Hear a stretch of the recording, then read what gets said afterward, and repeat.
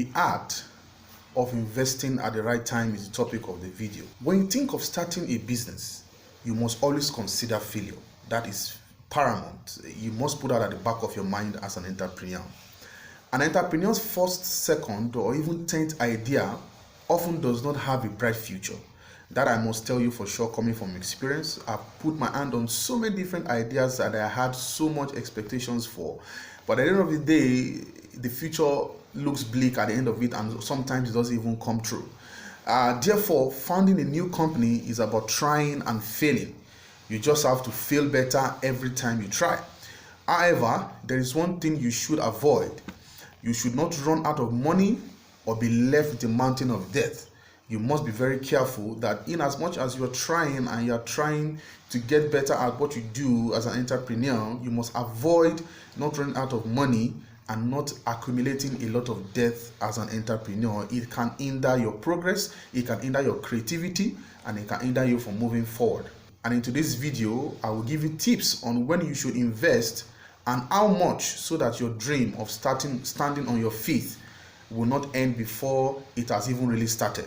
So on this video today, I'll be giving you tips on how to avoid pitfalls and how to make sure that you don't make some mistakes that some people have made that has even hindered them from really growing or even starting at all before they even launch out as entrepreneurs. So, but now I'm going to take you through a question. The question is, but why would you spend money first if the aim of a business is to do exact opposite and money? Yes, those are the questions some people might ask. So at this point, I apologize to disappoint you, but there is just a little amount, and I mean a very little amount, like less than 5% of businesses which require only a small or even no initial investment at all. Some of these businesses could be blogging, freelancing, or influencing, which in some cases also require investment, as for technical equipment, for example. But in all other fields, there is no way around investing. Most entrepreneurs dream of an office, good equipment, high quality machines, maybe one or two company vehicles, and above all, a product which floods the whole market. But what do all these cool things have in common? Right, they cost money. That's the truth. There's nothing you want that is good in starting up as an entrepreneur that doesn't require some little or no investment at all. You must invest some little capital in one way or the other to get yourself running. So the need for finances as an entrepreneur cannot be underemphasized, but it is actually what you need to start to get yourself running. So timing is everything is the golden rule that saves you from immense losses and save you budget for new ideas if one has not worked out. Yes, because so many times some of the ideas you put in will not work out.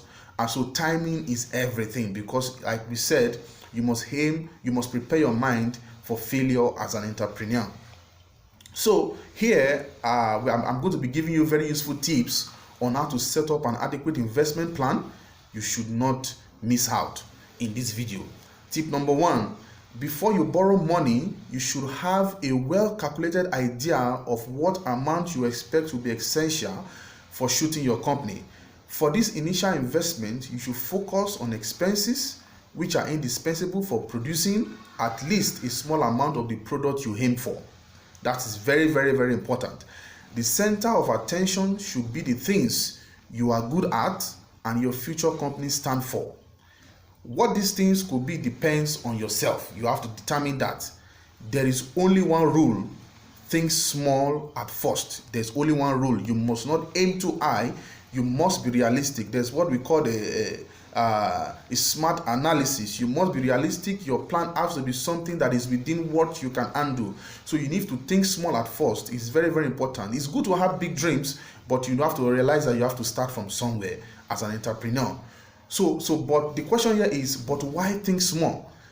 This question is best answered by a short example. A young talented chair maker finds a not yet provided demand for furniture in his area. He decides to found his own company with a forced specialization on making chairs based on the demand. So first of all, he must take into account formation expenses that are once paid, like notary cost, the cost of buying suitable property and running costs for electricity, and water. Those are basic costs in running a business. Now he can focus on his products, which are chairs. All machines, raw materials, and eventual manpower he calculates with should be essential for producing a small amount of chairs. So now in starting a business, you will need manpower, you will need human capital, but you must have them within the range of what you need to produce. Now, for example, if you have to produce 10 chairs, maximum you must not need more than at least 2 carpenters that can work with you. You don't need 10 to make one chair. You need to get the exact, you need to do a calculation of, if I have to produce 10 chairs per week, how many people, how much manpower do I need to push this product out? And you must employ those certain number of people. Being overstaffed in your early stage as an entrepreneur can cost you a lot of paying salary, and it can hinder your business and can kill your business even before it starts. So the devil on his shoulder might now whisper things like, people want more furniture, not only chairs. Come on, take the risk. Get yourself more money, and we flood the market with beds and tables and become rich. But he better keeps his hand off this deal, since he does not yet know how the market will react once his product is finally available. So it's good for you to be sure of what your market is saying before you push into getting loans and borrowing money. So, and this exactly leads me to the second investment tip I make you familiar with, the so-called MVP. Although this is unfortunately not about football, the MVP is a great tool that helps you to enter a market with success. The full name is minimum viable product, and it is the reason why our young chair fabricants should just focus on a small amount of chairs in the beginning instead of being overconfident and producing container ships full of them. Its basic idea is quite simple. Do not produce something your customer don't want. That is very, very important.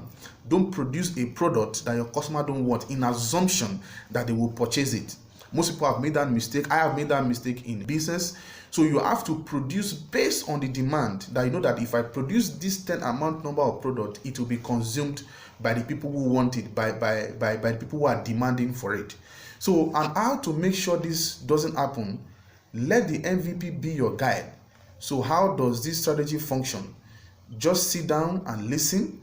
When starting to produce a product, you should first of all make a prototype of it, which has nothing else than the basics. So just a simple handmade chair. This prototype will then be introduced to a pool of customers with a request to provide you feedback once tried out. Yes, it is very, very important. Even in the world of IT, information technology, or when you are developing ICT product, when you are going for a presentation, your client wants to see the prototype. They want to see what it looks like. So that will inform you. Their feedback will inform you on what you should do, what you should remove, or this is what we want. You don't make a product based on your own thought alone. You need feedback to make it better, so that the consumer's feedback helps you to make your product better. It helps you to put your product in a better shape. Never joke with consumers' feedback. It is very important for the success of your business.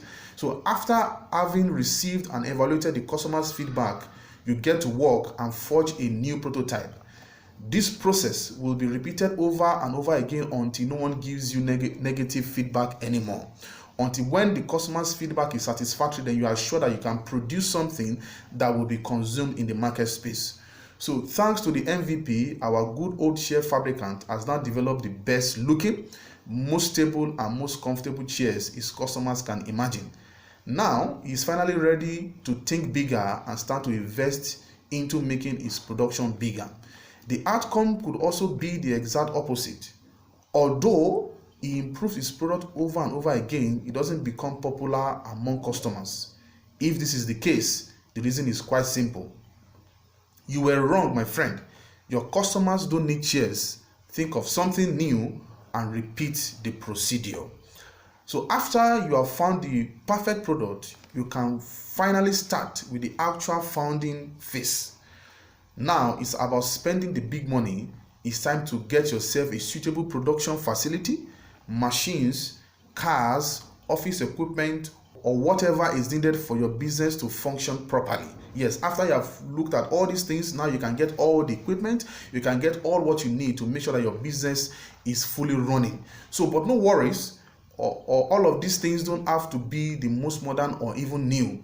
Search for used machines or office equipment, as they will save you a lot of cash on the long run. For cars and machines, you can also consider leasing contract, but be careful with this, because long-time leasing contracts can also be a very costly business. So you have to be very calculative, like you said. There are many other ways to save money when starting your small business. In terms of marketing, you can, for example, make use of so-called growth hacking. This means you look for special offers to acquire needed marketing materials for free. While building a website, for instance, you will need a lot of high-quality photo materials or logos.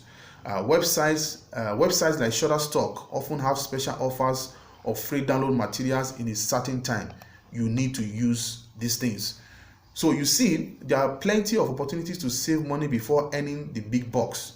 This might be connected to a lot of extra work, but this is what entrepreneurship is all about. So a lot of work, also important for the starting phase of your company, is to live according to the motto, a penny saved is a penny earned. The one who saves in the beginning will soon make the big money. I hope I could give you a short but useful insight into the world of financing your businesses. This is a topic every entrepreneur must be informed about before they actually start a business. As always, the internet helps you a lot, but you know what? I know a place you will also find a lot of helps with all topics related to entrepreneurship and the world of work. What place is this? Exactly, the Afringa Academy. See you in our next video.